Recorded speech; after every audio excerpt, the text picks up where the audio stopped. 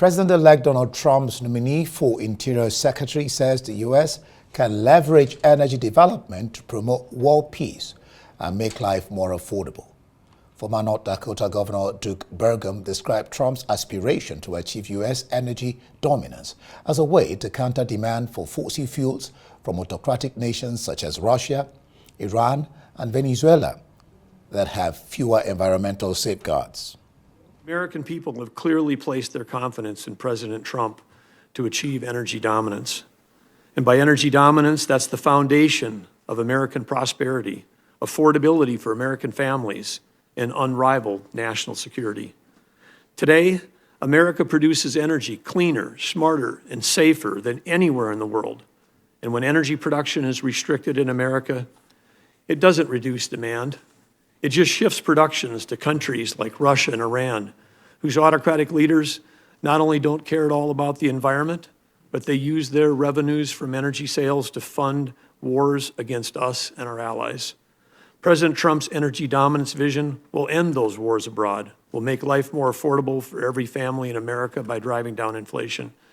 And President Trump will achieve those goals while championing clean air, clean water, and protecting our beautiful lands. And as Donald Trump prepares for his second inauguration as the 47th President of the United States, I have joining me to look at the legacy of Biden administration, U.S. Republican strategist Greg Swenson, who is currently in Washington, D.C., to attend President-elect Donald Trump's inauguration. Errol, glad to have you join me this evening. All right, let's start with before we go to the inauguration preparations and all that and who will attend, let's start with the nominees at the Senate. Peter Hegseth, pick for Secretary of Defense, was drilled on excessive drinking and sexual assault. What did you see the session? How did you see it? Yeah. I mean, it's a question that nominees are often asked about, and I think it's a distraction, quite frankly. If the Democrats really didn't want Pete Hegseth to be the Secretary of Defense, they would have asked questions more specifically around his understanding of defense and his capabilities around running a department, and they didn't do that. So I think in many ways they might be conceding and basically indicating that they will nominate him. The questions about his past behavior are irrelevant, and for the most part, the Americans don't really care. You're saying that character doesn't matter? No, it does matter, but I think that the question about his character is laughable. I mean, this is a man who served his country. He's led organizations supporting veterans. So I think, if you look at his character overall, it's pretty compelling argument. And, trying to find some mistakes made in the past or the drinking was completely exaggerated. And so many of his colleagues have indicated that, they talked about his tattoo, which is a religious symbol that, it again points to the fact that the Democrats just don't like religion and don't like religious people. And I think it's shameless that they did that. So I don't think they'll have success with any of those personal attacks. They might have success with questioning, his ability or his lack of experience in the government. I think that President Trump is trying to bring in people that are not part of government bureaucracy and that are sort of innovators and disruptors. So in many respects, as I said, if the Democrats really wanted to point to questions about his capabilities, they would have done so. But instead, they talked more about these personal attacks from years ago. So I don't think it will work. I do think that there is a chance that his nomination will be approved. He's got, for the most part, all the Republican senators behind him. There was a question for a while that, he only needed 4 Republicans to drop, but the one who brought up a bit of a question initially was Joni Ernst. She is committed to supporting the nominee. So I'm really not worried about it. It could be a close call. I think it could get down to, 51-49. Or even 50-50. And then, of course, the Vice President, J.D. Vance, will break the tie. So I think it's looking pretty good for Pete. All right, let's talk about Marco Rubio. I'll quote him. China has repressed, lied, cheated, its way onto global superpower status. Is this a case of saying what the Senate wants to hear, what Americans want to hear? China could say the same thing about U.S. Yeah, of course they would, but I tend to distrust most things that come out of the Chinese Communist Party. So I think in this case that these are good points. I think there's a consistent message from people who understand the threat from China, and you saw that with Congressman Mike Gallagher, who ran the committee on the CCP for 2 years, and I think that it's a pretty consistent message. Even President Biden and the administration kept a lot of the policies in place that President Trump had put into place in his first term that were either critical of China or put China in a position or question the way that they're doing business. I think, look, if it was free and fair trade with China, the U.S. would be supportive of it. But if it's not free and it's not fair, which it's not, then I think that criticisms and policies critical of China and the CCP are very well supported here in America by both parties. Let's talk about Trump's speak for Attorney General Pam Bondi. She says she will prosecute the prosecutors, investigate investigators, but she dodged questions on Jack Smith. The concern really is that Trump's picks in high-ranking law enforcement roles may seek to use their powers for political gain. Well, I think she was pretty clear that she would not do that. I think, Pam Bondi has got an impeccable reputation. And I think that she was committed and stated several times that she would not use her position for any sort of, political revenge or anything like that. She's committed to the Constitution and was very clear about that. So I think we can be very confident in Pam Bondi. And again, she's got an impeccable reputation and she's very, very good at what she does. So she's going to sail through the Senate confirmation process. No problem at all. All right, let's now talk about the inauguration proper, from oath to parade. What more can you tell us about what to expect on Monday? Well, I think a couple of things. One is there's just an incredible optimism. I'm sitting here in the Waldorf Astoria in Washington, which is formerly known as the Trump Hotel. You can see the big American flag in the background. There are flags everywhere on the streets here in Washington.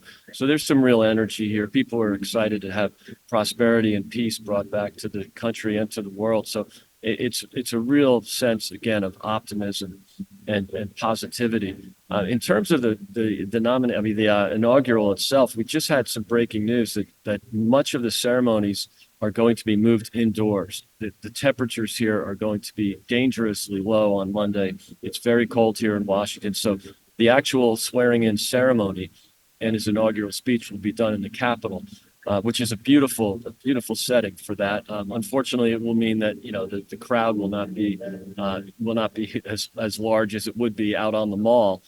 So that's sort of breaking news, and it is dangerously cold here in Washington. And you know how Trump likes crowds, so that won't all go well too well for him. All right. Well, Bush-Trump didn't exchange pleasantries at Carter's ceremony. Mike Pence, wife sat still. Yeah. Obama and Trump chatted. Trump even posted this on Truth Social. He was happy about that. Michelle was absent. Any idea at all if all the presidents will be there or who and who will be there? Yeah, it's pretty clear that Michelle Obama, former First Lady, will not be attending. I think there is probably some scar tissue.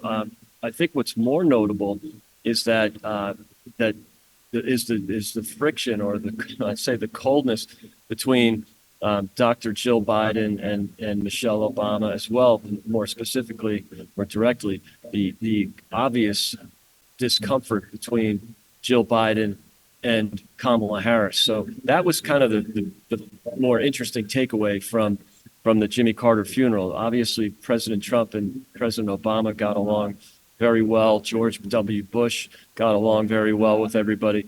So I think there was a lot of a lot of good spirit between the president-elect and the former presidents. I think the most obvious takeaway from that event was the coldness between the First Lady and the former First Lady, and more importantly, the current Vice President. I think the one that was too loud was the Bush's spouse and Trump. Yeah. She sat down. She didn't even look at Trump at all. All right. We believe that music should be performed without regard to politics, even if our preferred candidate lost. This is from America Village People, one of the people expected to perform. Who again are we expecting to see perform? Yeah, I mean, I think that's the biggest notable addition. I think you'll see a lot of country music performers, which is pretty consistent with with Republican presidents. So there is a different flavor of music and entertainment. But again, it's more the vibe here is really incredibly positive, and there's just a lot of optimism. So a very patriotic atmosphere right now. So I think in the next 48 hours you'll see a lot of sort of lockdown in the city, as they shut off the streets, and there's a lot of barricades up right now. So we will have a bit of some headaches getting around Washington tonight and this weekend.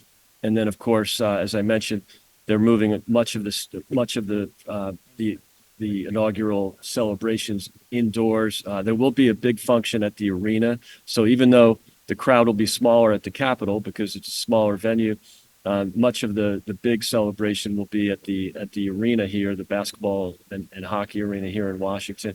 So there's some changes. This is an unusual situation because of the weather, but I think they're getting ahead of it. We still have 2 or 3 days to the inauguration, so I think that while this is new and it's probably the first time in my memory that anything has been moved indoors on inauguration day, but it is clearly the coldest it's been since, at the very least, since Reagan's inauguration, but possibly the coldest of all time. Now, you talked about lockdown, so we can't let you go without a brief on what the security arrangement is like. And I know that the flag is now going to be flown fully, no more, That's right. No longer at half-mast after Carter's funeral ceremony. Yeah, I think that was important. I mean, I surely understand and totally respect the fact that the flags were at half-mast for a few weeks. But this is the inauguration of a new president, and I think it's important for many reasons. But it's to have the flags at full staff, and that was important to the president, important to the people here. And so it's great to see walking down Pennsylvania Avenue here in Washington. All the flags are at full mast, and really just so many more flags than I've ever seen in this town. So it's an exciting moment here. What on security? Yeah, security is pretty tight, and it will get a lot tighter in the next few days. So there'll be and that's pretty standard. That's not. I don't think it's particularly unique to President Trump, although there were the 2 known assassination attempts and probably a few additional ones that we don't know about over the last year. So I think, you could argue that there'll be a bit more security or elevated security. I talked to one of the Army officers this morning who's coordinating some of the protection, and it's pretty standard operating. But I would just suspect, I don't know this for sure, I would suspect that it is a bit elevated because of the assassination attempts last summer. And of course, you can't forget the January 6th incident. Thank you so much, Greg Swenson, for your time. All right. Thanks a lot. All right.